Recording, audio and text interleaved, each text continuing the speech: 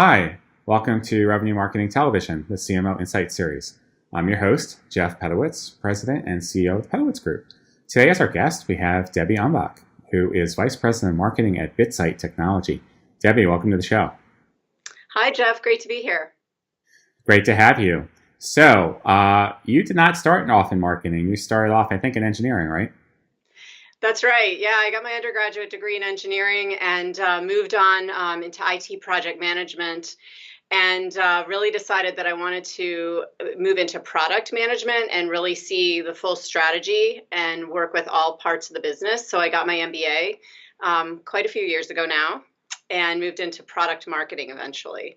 And for about 3.5 years, I've been running all of marketing here at BitSight. What kind of transition was it when you went from, because a lot of engineers do that, they'll go into product first but then making the transition into full marketing when you're driving demand, you're building brand, doing some of those other things, that sometimes can be a little bit harder. So what was that transition like for you?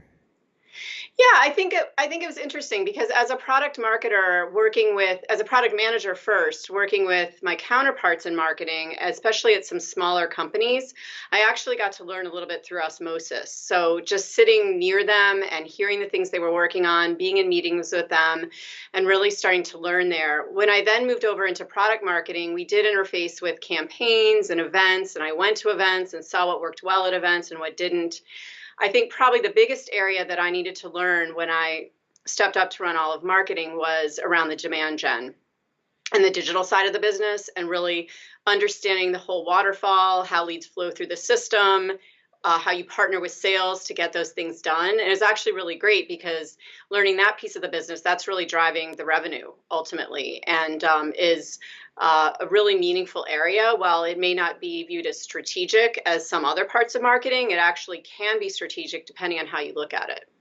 So how did all your years of being an engineer prepare you for this role now? Do you apply any of the engineering principles to your job running marketing? Well, I think I was in systems engineering, and for systems, you actually look across, there were some computer science elements to it, and I've been in software my whole career, a little bit of hardware, but mostly software. And understanding how the engineers think, they're the ones building the product, is really, really helpful, even though the only coding I ever did was for a demo system. Just understanding how it works and kind of how they think has always been really helpful. And as a product manager, you have to work to partner with them and influence them to build what you want. So you really learn those influence skills, which I think are very, very important in overall marketing as well, because you really want to lead the company. Most companies these days want to be market driven versus technology driven or sales driven. And so a lot of what you do is influencing other people and working cross functionally. But I think really having the systems view is important because marketing is a system when you think about it. And the way you go through and understanding the process is great. I think one area that has been harder for me as an engineer is to really create a vision and think about outcomes and where you want to be and paint that picture for people, because I tend to think of the process and how we're going to get there. But a lot of salespeople and other people, especially executives, as you start to interface with them more, they really want to understand where you're going. And then, okay, what's the process for getting there? So that's been a learning experience for me. I've gotten a lot better over time. And when you talk about being market driven, I guess that could also be customer driven. How is it different when you design the systems, marketing, sales in the company around being market driven versus being product driven? What are some of the differences and how are you approaching it? Because it's fundamentally different, isn't it? In terms of how you would think about the touch points. Absolutely. And the reason I say market driven, it's actually broader than customer driven, because if you're too customer driven, especially in a smaller organization, you might get swayed by one customer or another taking you in a certain direction. Market driven really means you're looking across themes, you're seeing certain market segments, and then of course, like the customers within them. I think really always keeping that end customer in mind is really critical. I've seen a lot of technology companies that kind of start out with a build it, they will come mentality, and we've got this great new technology and we see that there's an application for it, and we've tested and we see there's some early market demand, but it's really about the technology. And when you start to really understand your audience and the problems that they face, then you can really start to become more speak in their language, and then tailor your solutions to the problems that they have and make sure that you have a great product market fit. I think companies that tend to be sales driven will tend to sometimes thrash because they're looking at particular customers, and salespeople oftentimes, it's the last deal that they won, the last customer they spoke to. Whereas in marketing, you're really looking, and particularly in product marketing in the market research area, you're looking at themes, you're talking to analysts who talk to a number of customers, really analyzing data quantitatively and qualitatively to really understand the markets that you're going after. So what are you measuring? How do you know when you've hit and you're being successful, just in terms of being market driven? I mean, certainly revenue is one, but are there other things that you're looking at to say, yeah, we're not thrashing, we're heading in the right direction? Yeah, we actually are a very metrics driven company because we're a cybersecurity ratings organization, kind of like the financial ratings. We have a common metric that security people and risk professionals can use to communicate to executives and the board. And so because our product is really so metrics driven, and we talk to our customers about enabling them to have data driven conversations, it's kind of natural that our organization would be very data driven as well. And so we have KPIs in all areas of the business.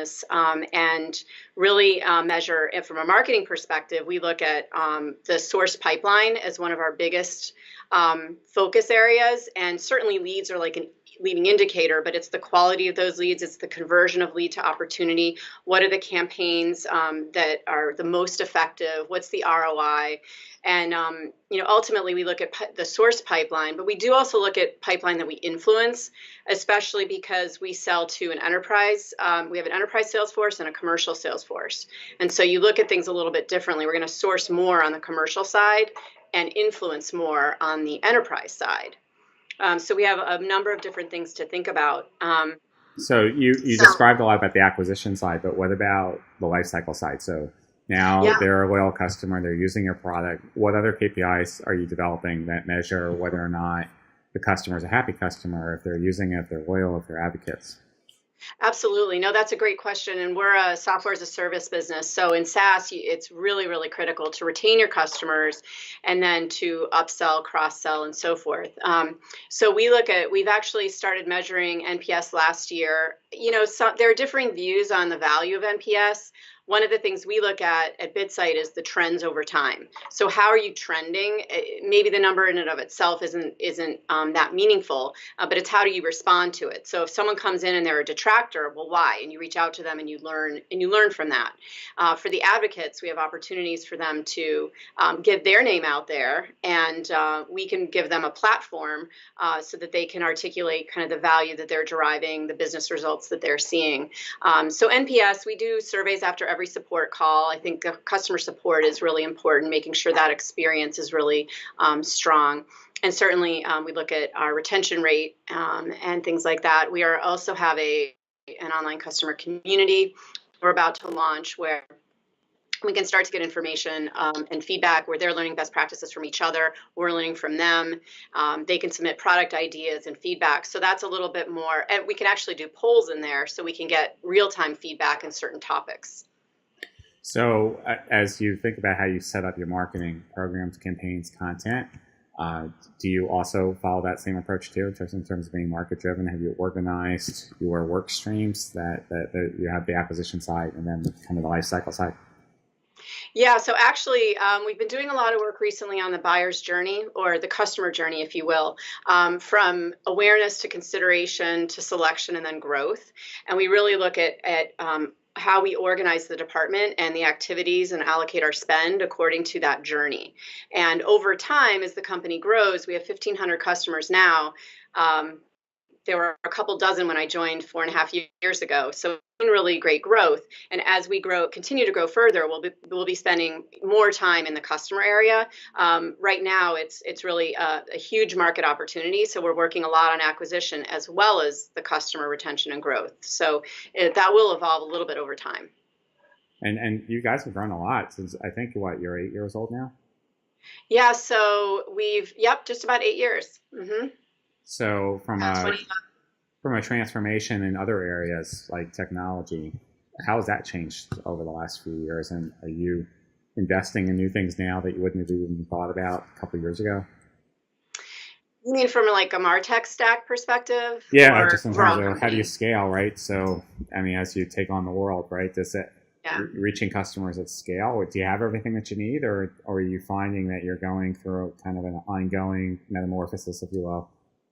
Yeah, no, it's a great question. I think tools are really, really important. When a company grows too quickly, sometimes they get too many tools and don't have a really good strategy for them. I think the best tools, can fall flat if you don't have a process around them and kind of the end game articulated. So we have. Around customer success, we have tools like we leverage GainSight, which is a fantastic tool, and Pendo on the product side. On the Martech stack, certainly we have sales operations and marketing automation. One of the areas we're actually looking into now is conversational marketing, and so I think that's a really good example of where you need to set your goals and We just bought that the book outcomes for you're looking everybody for. in the Mhm. office. We bought a case of those books, Conversational Marketing. Yes, yes. They're actually a great company at marketing. They're really, really good. They know their audience really well. And I have a friend there that he actually runs the product organization. So he was kind of telling me about some of the inside inner workings, which was interesting. But I just think that's an example of that's a tool where we actually think it's going to work really well for us, but we're going to start from a pilot, take a pilot approach first, start small and kind of go from there.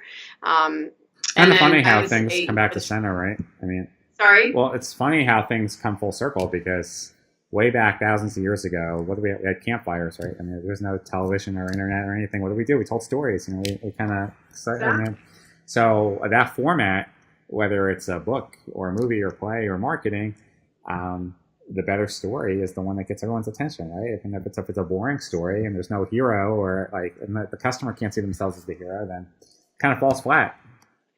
That's right. That's right. So that's really important. I mean, from a tactical perspective, well, it's somewhat strategic in the sense that we have a planning and budgeting tool that we use, which at the size of our organization now and our budget, it just made sense. So we're using a tool that's enabling us to look at our spend and forecast and make sure what we estimate we're going to spend, we actually spend when we say we're going to, and really looking at spend by area. As I mentioned, the buyer's journey earlier.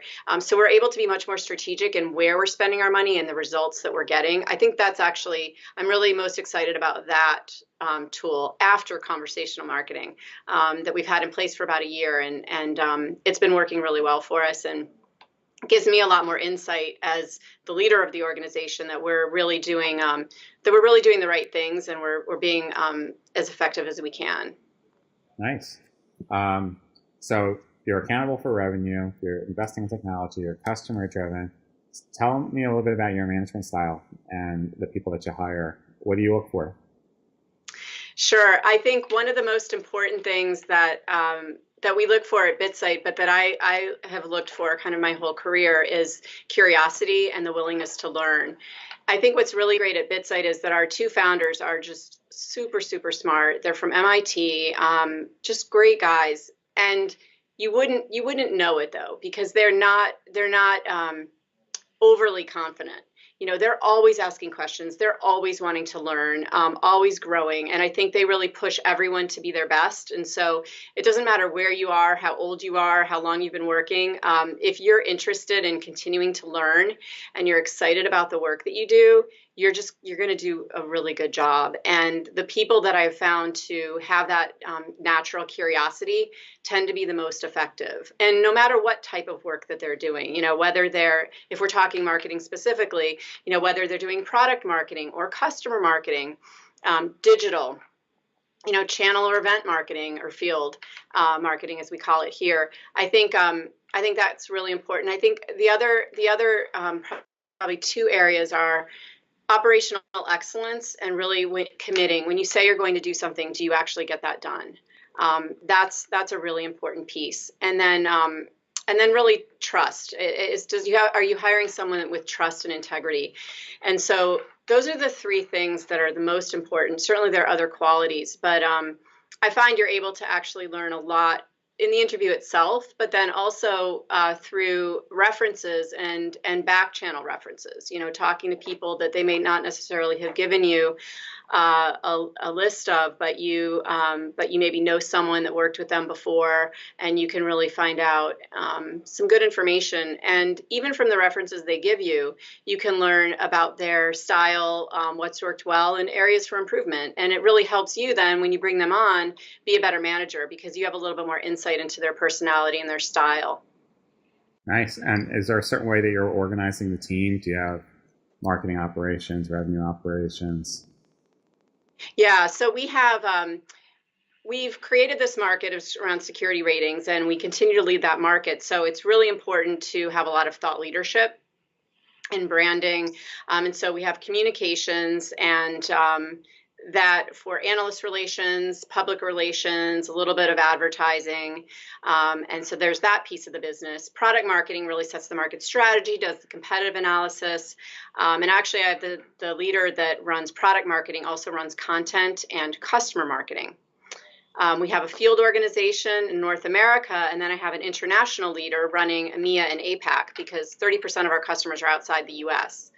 And then we've got marketing operations and analytics, and then together or separate? Digital. Digital, ops, very important. Are marketing ops and analytics separate or together? They're together. And they work very, very closely with sales, ops and analytics, and also the business analytics team. And then channel is involved in there as well. So the team, while decentralized, works very, very well together, so that we can kind of have a pretty cohesive go-to-market set of KPIs. Nice. Well, yeah. Debbie, I'd say you have a really good handle on everything. It's easy to see why you guys are being so successful. So thank you. Yeah. Thank you. And thank you so much for being on the program today. I really enjoyed speaking with you. Likewise. All right. Take care.